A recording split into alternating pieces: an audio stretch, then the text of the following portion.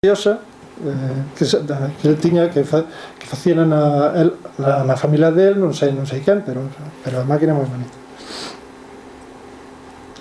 Despois temos tamén os cereiros.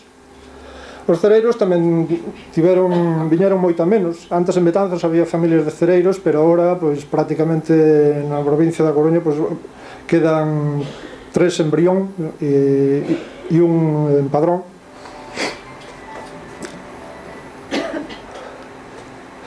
Despois temos outros personaxes nas romerías que son os profesionais de pedir.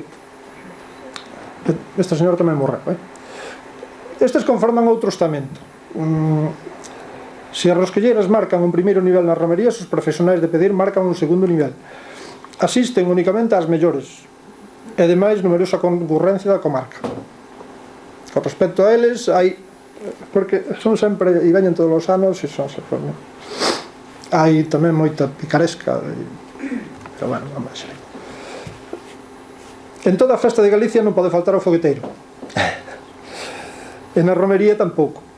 Ben, a verdade é que na romería non é o mesmo que a festa do patrón. Na romería, como é un sitio pois máis deslocalizado, pois, bueno, botanse uns foguetes, non é reafirmación como é a festa do patrón frente aos veciños do lado, non? Pero bueno, están sempre tamén. Despois hai outros profesionales, como vedes aí, que tamén teñen as súas actividades, o que pasa é que non se ven tanto. Vedes o letreiro, non? Cuidado con las carteras.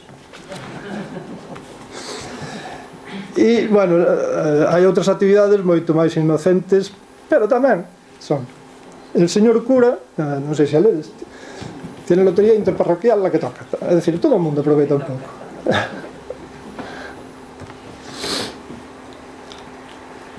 Bueno, outro aspecto que está presente nas romerías da comarca é a pervivencia de certas prácticas que semellan reminiscencias de cultos antigos. Ben por ser datas de cultos antigos os que se cristianizou poñendo un santo ou ben cristianizando espacios exteriores significativos.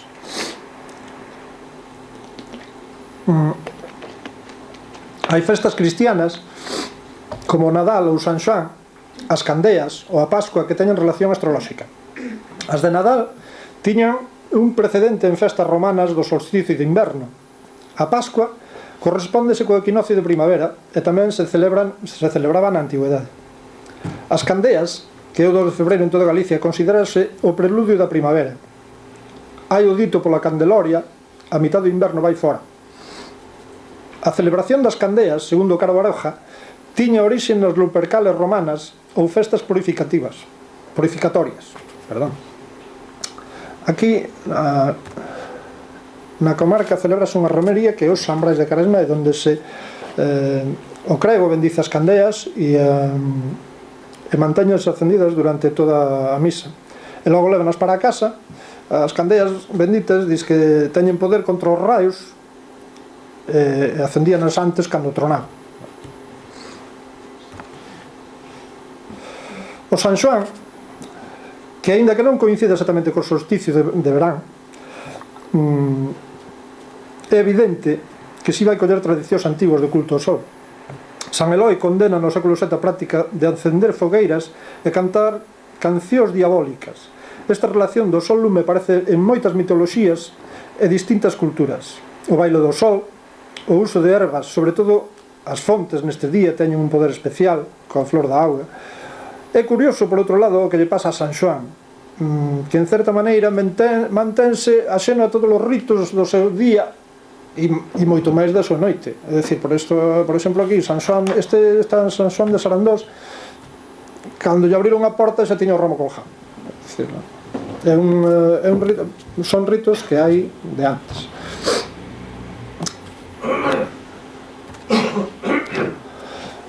Dúas das romerías máis singulares da comarca están dedicadas a San Xoán. Unha delas é o San Xoán de Rosa en Vendrade, que este que vedes aquí está na fonte. A fonte atribúlle poderes, pois a xente normalmente diz que vai de noite e vai xente de bastante lonxe a fonte.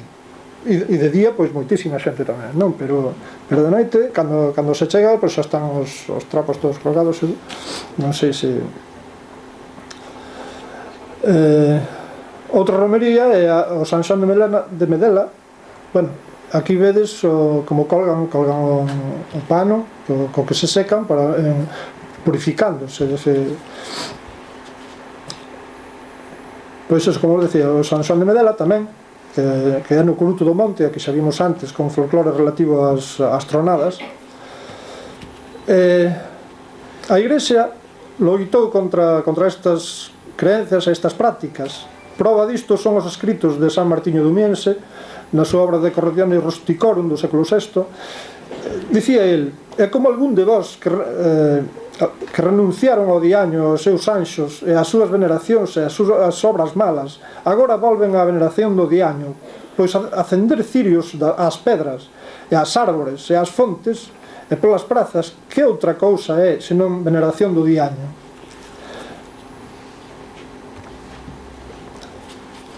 Existía, pois, unha espiritualidade pagana con respecto aos espacios exteriores. Os ritos seguíronse celebrando e a Igrexa soupo adaptalos en moitos casos, incluílos dentro dos seus, coa cristianización dos lugares ou permitindo antigos rituais.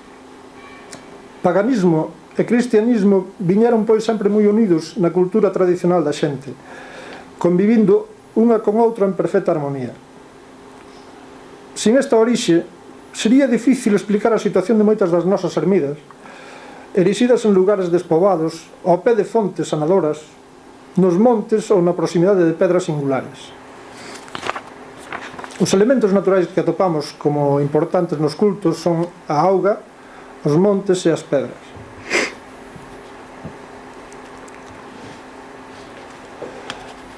O culto ás fontes, este é Santa Margarita en Abegondo, en Horto. O culto ás fontes debía ser moi antigo, por considerarse a auga como fonte de vida e as fontes como lugares onde se podía acudir en busca de remedio. Eran as coñecidas como as fontes santas. A auga para moitos povos era utilizada en rituais religiosos como un medio de purificación, curación e renovación. O culto aos manantiais era común. Un costume que perviviu ao longo de tempo e que aínda pervive en algunha das romerías é a de beber e lavarse na fonte e a secarse deixando colgado na silveira o pano que se usou. Este rito de purificación sigue realizándose en San Xoán da Rosa, como vimos antes, en Vendrade, e Santa Margarita, que está. Noutras xa se perdeu este costume. E ainda que teñen unha clara vinculación coa auga. Por exemplo, aquí tedes a de San Gregorio de Borrifáns, en Cesuras, que ten o folclore tamén, con respecto á fonte. Vedes aquí, antes diz que tiña unhas... era de distinta maneira, agora puxeron unha cruz en riba, afiaron a pobre fonte bastante tamén, pero bueno. Despois, a Daranga, que xa vimos tamén. E esta, eu non sei se algún de vos a conocerá. Supoño que Alberto sí, que anda polos montes, pero isto é na Cela, en Monfero. É a 1 kilómetro por detrás, donde o que é a visura. Para chegar ali hai que pasar unhas alambradas. Isto aquí era onde estaba a antigua ermida da Virxe da Cela, no medio do monte, hasta que a levaron para o mosteiro que fixeron despois. E isto é un sitio, a verdad, precioso. Este é un monumento que tiñan ali para que a Virxe da Cela, que está todo agora abandonado ali. E isto era o día da romería, que é en xullo, 1 de xullo, e vedes como aquí trouxena porque está pingando onde nace a auga. É dicir, é un sitio precioso. Despois tamén temos outras que viñeron de eso, como o San Clemente de Vilamateo, pero non teño foto porque non me lo doaron ali. Non quero enseñar. E a de Vilacova. Moitos montes onde se celebran actualmente romerías debían ser lugares dunha clara significación religiosa. Segundo Luís Monteagudo, as antiguas culturas terían nos outeiros un espacio sagrado onde se celebrarían cerimonias litúrxicas En moitos destes santuarios, igrexas ou capelas que están nos montes tiveron a súa orixe no culto pagán á divinidade do outeiro. Son montes illados, como San Cosme, que esta é unha mama en San Cosme, San Xoán de Medela, San Vicente de Salto, San Vitorio en Cambás, Santa Marta ou Santa Eulalia de Espenuca. Algúns deles é evidente que, por ser lugares próximos a campos de mámoas, como é o de San Cosme, o de San Vitorio, pois teñen unha significación religiosa na antigüedade.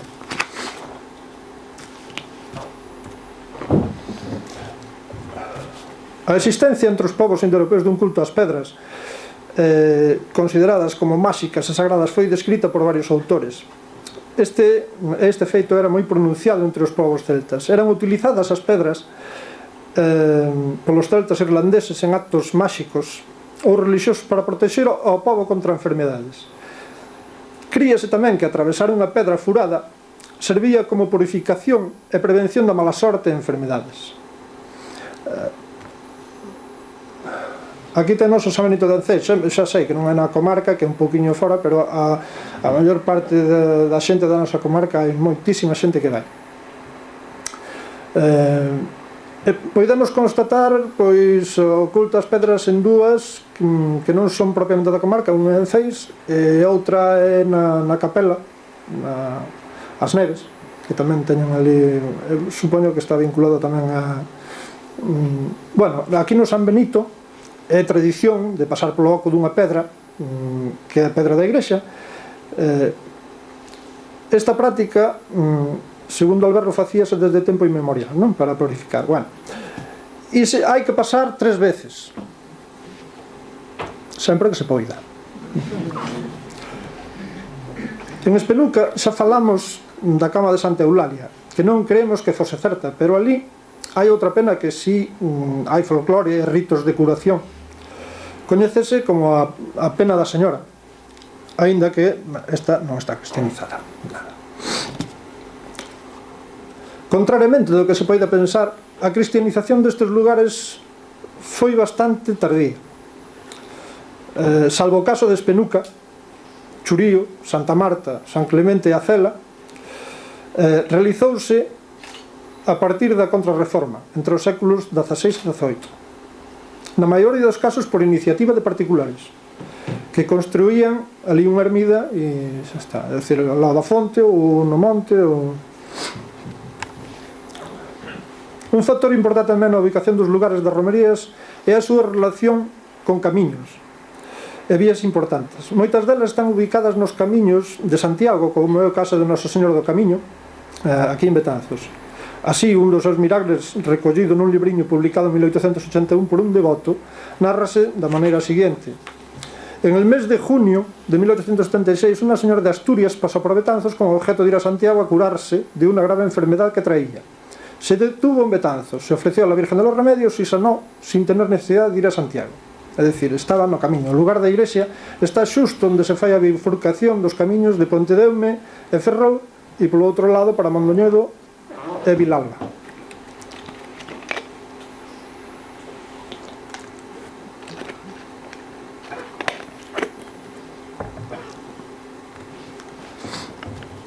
As ermidas de San Vitorio e da Ascensión tamén teñen unha clara relación co camiño.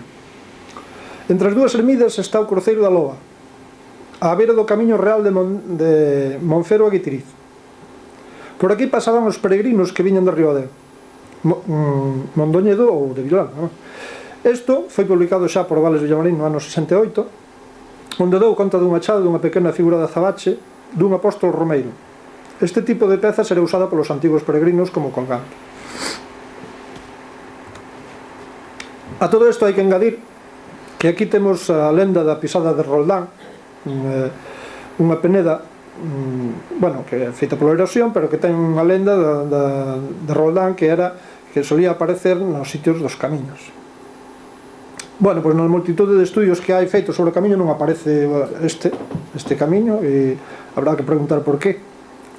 Despois hai outros que tamén nacen por cerca dos camiños, como San Cosme, Sarandós, Vilacova. Outros que a beira do camiño temos tamén aquí a Madalena, que a pesar de ser un lazareto, pois estaba no camiño que vai na Condomiña, estaba aí na mitad da costa, e despois cando cambiaron o trazado no 18, pois baixaron a capela, baixaron pa plaza abaixo. Despois non sobre todo era por cuestións económicas, que daban ali, deixaban ali as dádivas.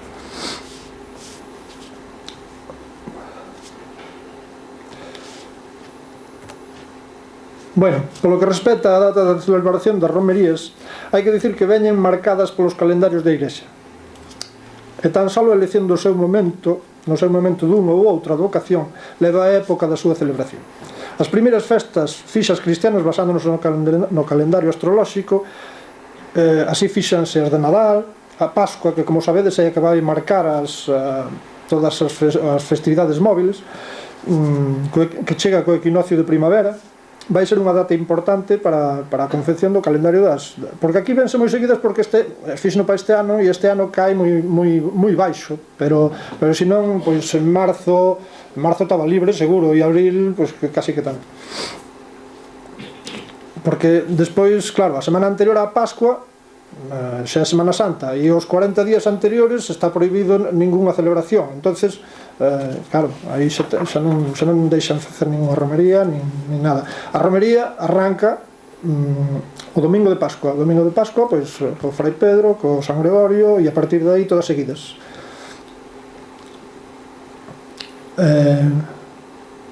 Bueno, partindo deste esqueleto básico, foronse encadrando as demais festas. Xa no ano 336 a Igrexa de Roma dispón dun calendario oficial onde se recollen os aniversarios dos mártires e bispos, acumulando as romerías sobre todo nos meses de verán.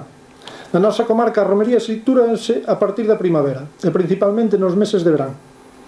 Dentro destes, como vemos no gráfico, nos meses de xuño e setembro,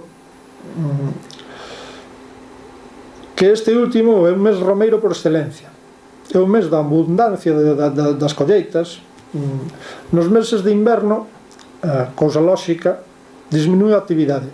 Antigamente había algunhas romerías máis en tempos de invernía, como eran o San Vicente de Salto, a da Barosa en Bandoxa, ou San Clemente en Larmeiros, pero pouco a pouco foron esmorecendo, e actualmente só quedan 3 que se celebran no inverno, que son o San Xiao de Lagares, San Brais de Caresma e Santa Lucía nas Capinas. Despois, setembro é o mes en que se celebran as distintas advocacións da Virxe.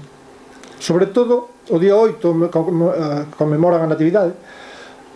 As celebracións fanse de forma escalonada en todo o mes. Así podense celebrar a Virxe dos Remedios o primeiro domingo de setembro no Val de Xestoso, e o último domingo en Sarandós, é dicir, todo o mes e a mesma advocación fese. Outro fenómeno que se aprecia é a tendencia a celebrar as romerías no fin de semana, axustando o calendario pois aos novos cousas laborais, claro. Bueno, non quería deixar de facer un pequeno apunte antes de rematar referente á forma de anunciar as romerías ás festas patronais, que en isto son parecidas. Cando chega o verán comenzan a aparecer cartéis nos lugares máis insospeitados, algo que moitas veces raia nos perpente no vandalismo, e se non, aí tedes. E outras na máis pura retranca.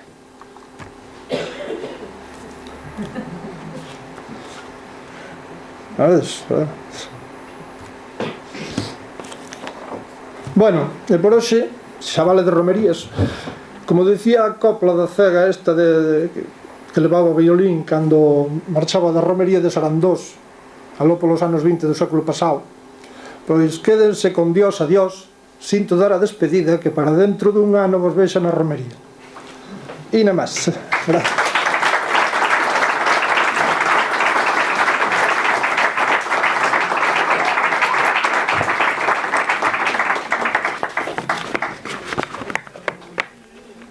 Por favor, ¿cuál es el origen que has dicho tú que en San Miguel de Preamo dan 9 vueltas alrededor de la iglesia? Sí, pero o origen da tradición esa non a sei, pero eu sei que as dan. O que non sei é por qué. Supoño que o 9 é porque é unha cousa cabalística de múltiplo de 3, de 3, pero non sei, a verdade é que as preguntas nesto vai ser difícil, estos son arenas movedizas casi todo, a non ser que sea a fundación da Iglesia, porque ves a decir, dispós da cousa notarial que che di, coño, pois esta foi fundada no siglo 1700 e pico porque fundou fulanito, como o San Brais, é dicir, bueno, pois o cura puxo na horta, pois o San Vitorio igual, é dicir, vese o documento notarial, pois sí, fundaron a daquela, pero despois nesto das romerías é todo un como areias movedizas todo. A ver, preguntas, dúbidas. Bueno, xa vedes que aquí hai un libro, aquí hai un libro que esperamos que José María nos faga, e antes de facer o libro gordo, porque aquí hai un libro bastante gordo, pois que non o intente facer tan perfecto e nos esteña esperando aí 20 anos e que nos vai adelantando algún traballo de investigación no anuario por aí. A mí o que me chama a atención ao ver todo isto, porque claro, vas a unha romería e igual non te das conta, pero aquí ao ver unha detrás de outra daste conta de que aquí hai, por unha parte, o cristianismo, lóxicamente, que a misa e tal, pero logo hai un montón de cousas que forman parte de mundos antigos. Aí está Roma, aí está a cultura celta. Por exemplo, o tema da auga a mí me sorprende moito, me chama moita atención, porque ademais a mesma cousa que se fai cas fontes aquí, vémola en Irlanda, non? Vemos todo o arco atlántico. E bueno, pois tamén sería bastante extraño que fixeran un viaxe a pé e non chegaran ao sitio onde houbera onde repostar, non? Sí, pero é dicir, poden beber e lavarse, pero non deixa os trapos colgados, porque, a ver, eu creo que eso ten outra historia, e ademais, sí, eu penso que no fondo a xente faino como eso, e ten aquela memoria histórica que xa facían meus pais, xa facían, é dicir, e é difícil quitar as costumbres, algunhas, é dicir, eu creo que a Iglesia loitou moito contra elas e ao final, pois, moitas delas asimilounas, porque, é dicir, eu penso para min que sí, isto é, claro, isto non é... De cara ao que chamamos nas romerías, onde non hai ningún santo, que ven sendo? Hombre! Porque aquí, según dixetes ao principio, só son romerías as que están dedicadas ao santo. Sí, eu collín as romerías do santo, claro, eu non sei, aquí tamén está as dos caneiros, claro. Sí, bueno, eu tamén son devoto, pero eu como romería non... Non, está asociado, mellor... Sí, ao camiño. Unha señora viñan de Valencia, encontrei nos caneiros e pregúnteme onde está o santo. Dixo, aquí non hai ningún santo. Bueno, ninguna imaxe, nin nada. Sí, bueno. Checolle moito, non? Hombre, o que pasa é que hai que poñer, é dicir, eu collín estas porque non sei, porque collín as do santo. Eu sin santo solo conozo a dos caneiros e nada máis. Bueno, aquí nesta sala temos caneiros que chamamos Torres, así que si el quere que che resposte. Bueno, de todas maneiras, é dicir, os caneiros non é como romería, non se fai nada como romería. Hombre, levanse as obras da festa e vas no camiño, se queres, vas na lancha, pero... Viaxe hai, non? Fonte tamén hai, de que moita xente non sabe ni que existe, non? Bueno, sí, pero eu xa digo, é unha cousa, para min é distinta, Bueno, aí houve unha traslación no tema dos caneiros, eso facíase antes nas cascas, ligado ao San Roque Pequeno, que se facía ali, tamén en agosto, e cando desapareceu a capela, é probable, polo menos é unha hipótese miña, que eso que se facía ali no Campón das Cascas, a merenda tal, típica de todas as romerías, se trasladou a outro río e claro, o santo xa quedou fora, porque non había capela, non había nada. É unha, polo menos, bueno, aquí celebrábase o día anterior, celebrábase a de San Paio, e esa era a romería tradicional. O que pasa é que o San Paio, bueno, tamén se celebra, pero foi perdendo máis. Antes iba a xente todo ao San Paio e os caneiros eran a cousa da rapacería, é dicir, incluso eu teño visto, e hai un artículo por aí na prensa que falaba deso, é dicir, os vellos vamos á romería de San Paio e os novos van ao dos caneiros, porque era moda naquela época. E estou falando a principios do século XX, o final do XIX, e era así, é dicir, esa era a romería desa época. Os caneiros é posterior. Si, ademais, home, os caneiros tamén ten dúas fechas, non? Sí, bueno, chegou a ter tres, pero... Non, normalmente, se hai un santo é un día específico. Sí.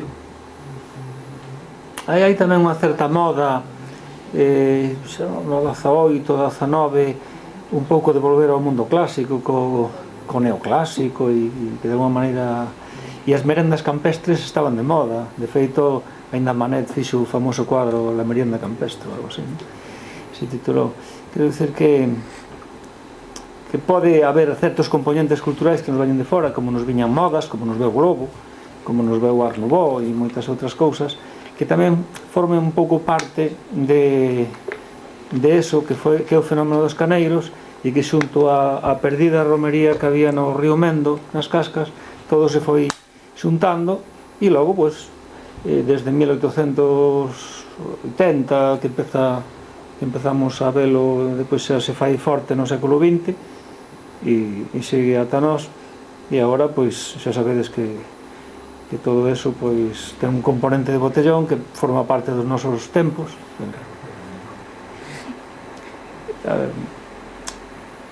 A mí o que me chama a atención é que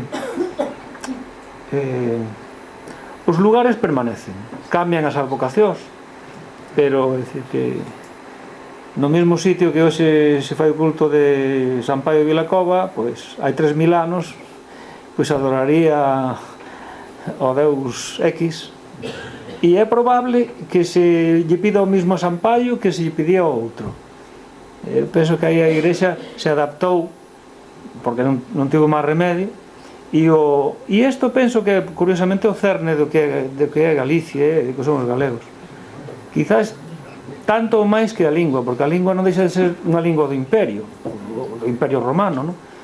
A lingua que aquí se falaba, digamos que está moi camuflada no medio do galego, quizás na sintaxis e quizás en algunhas palabras que queden por aí, pero os cultos, isto sí que é antigo, e notase moito ao ver esta exposición de José María, como aí estamos vendo cousas que en realidad non están nos evanxeos, isto é outro mundo, e iso é a cultura ancestral de Galicia, que está viva.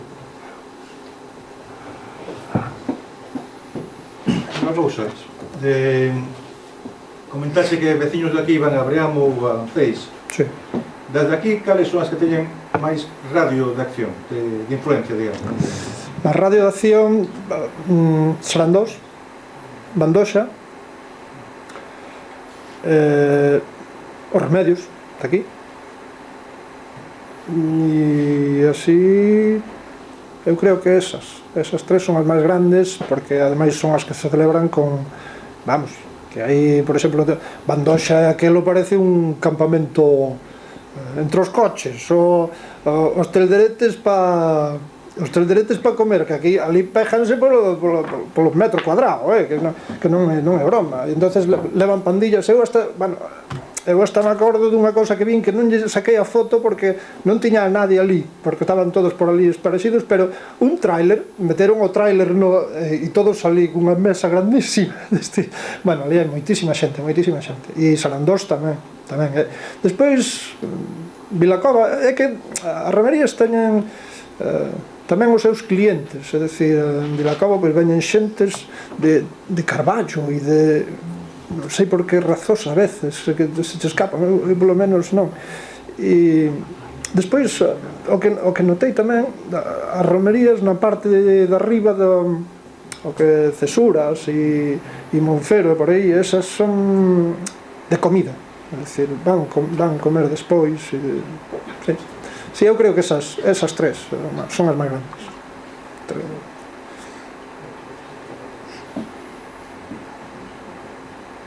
Quería decir unha cousa que é máis de curiosa, porque aí falaban de que estas cousas viñan da cultura ancestral galega e tal. Entonces, cousas que relataches aquí viñas en un sitio tan alonxado de Galicia como Xapón. É dicir, voltas ao redor do templo, he visto tamén atar nas árbores dos templos folliñas de papel branco escribindo desexos nelas, e tamén vin pasar dentro dun mismo templo, por dentro dunha columna de madeira furada, columnas grandísimas, furada de madeira, con mismo intención que pasaba aquela persona polo furado da roca. Mira que estamos longe de... Sí. Eso quere decir que veñen de moi antigo, do ser humano, que ten que vir do espírito da propia persoa. Sí. Eso quere decir que son cousas que veñen de moi antigo, pero moi antigo. Sí.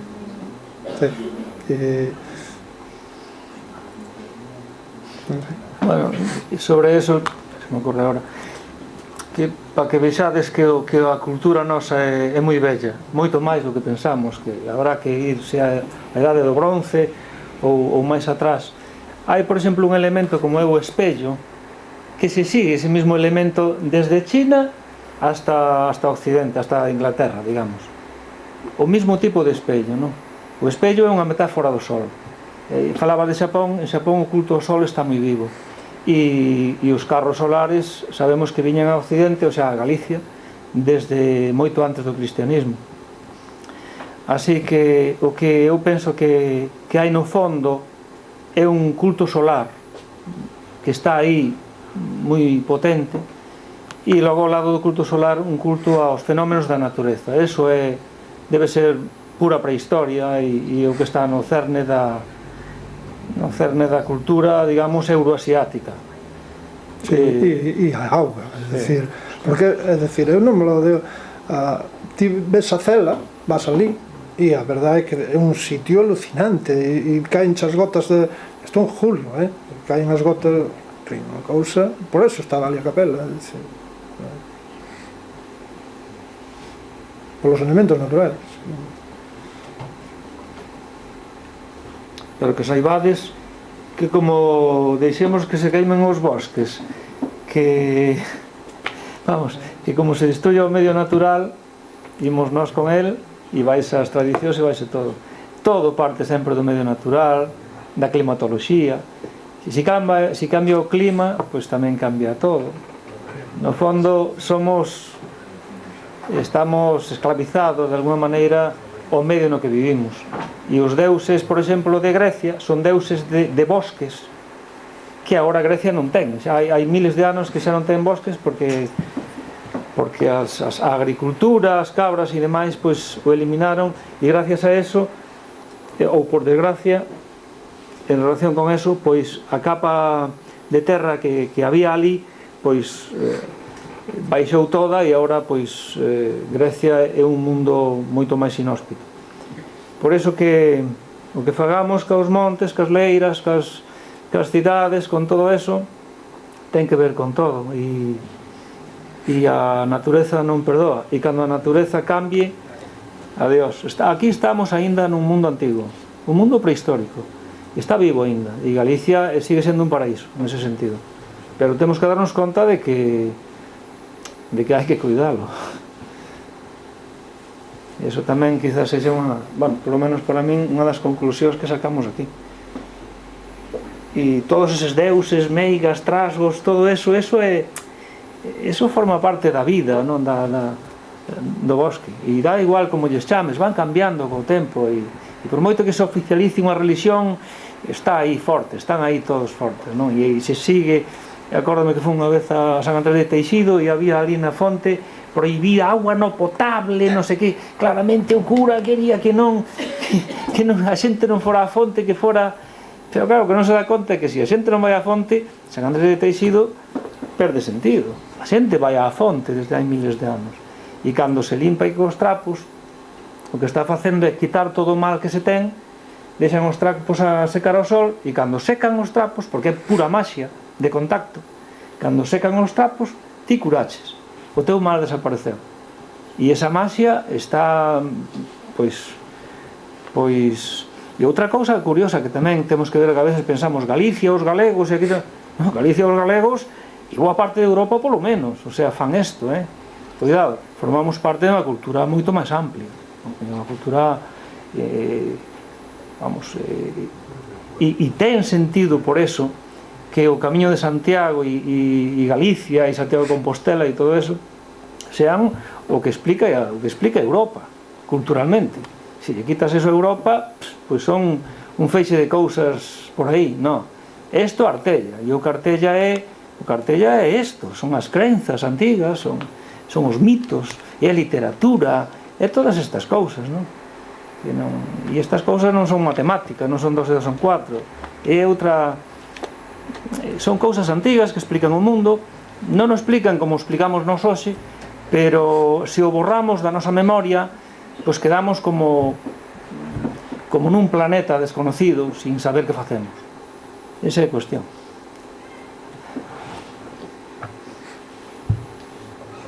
Preguntas, problemas?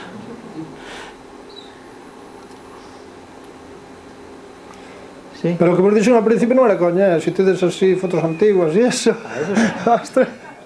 non tirades no esquecementos, Sí, porque ademais revirte en vos, porque eu acórdome, claro, que agora se me vou facendo tamén maior neste oficio, e cando cheguei aquí no arquivo municipal non había fotos, bueno, non había prensa antiga, non había moitas cousas, e as fotos que temos son fotos que veo da xente, e agora a xente cando vai ali e necesita fotos antigas, pois tamén se revirte con toda a naturalidade. Eso é a cuestión, e así pois volvemos a reconstruir un pouco a memoria colectiva, que é do que se trata isto. Bueno, pois señor alcalde, estando usted que é a máxima autoridade aquí,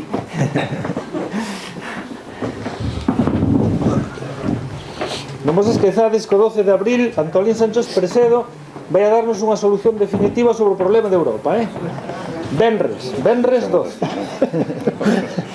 Bueno, queremos agradecerche que nos enseñares un pouco máis da cultura ancestral, das nosas raíces, así que te quedamos moi agradecidos.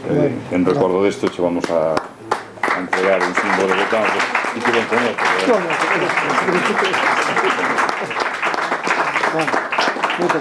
Gracias.